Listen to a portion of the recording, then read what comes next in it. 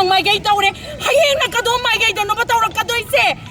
ase makok maru oiba singjina wakan pasana kanda bire hairaga akoi parsa singje loi siro haibana natraga noi dang hingaurage haibana akoi gi di security laite ba noi gi di security laieba akoi je loi sigro haibana haiba sira ga mangi bangaktani loi san gi bangaktani jesi sema ga loi san gi bangaktani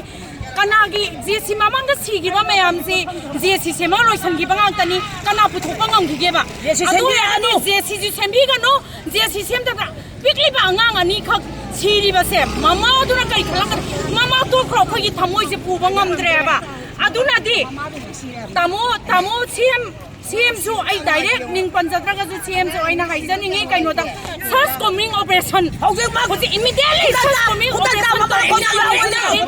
tamo gi su mai pak po oi ga doi ni masi gi thabak se taw ma tang da tamo gi damak ta mama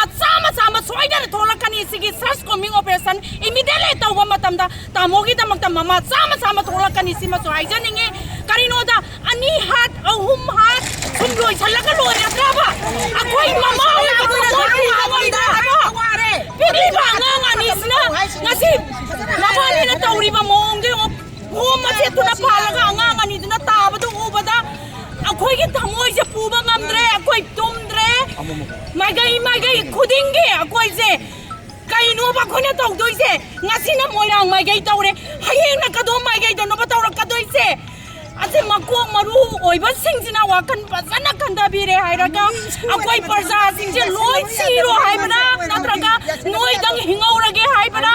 akoi gi di security laite ba noi gi di security laieba akoi je loi sigro haibana haiba sigi wahang je hangjaninge se immediately search coming operation tawi nahan chatpada yaugi ba tamo gi damakta akoi mama sama natung injarake chepi myam army myam sa sapada yaugi ba ji ke ba lak myam to puthok biro hauji kai dauri ge coming operation jang biro akoi mama so sau ya jarage nasa gi nasa side to bi karo siri ba je matai ne nang nam myam gi makok ko kai dauri ba ge mang thabiru lao akoi yau jarage nang gi damakta ni karo gi lak gi security lai le ba mama ma sa khoi gi kala le ge yam thula to biro hauji mak coming operation just taw na ba ko chen sa le yam thula to biro hona gi siri ba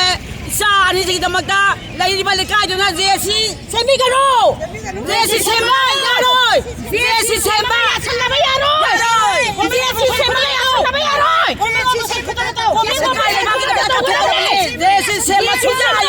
yaroi mamang da jesi sengi ba yasana na loi gi ba ngam tale ngasi ba ka puthok pa kana ngam gi ba ge kanam da su puthok pa ngam gi de jesi sema sungya yaroi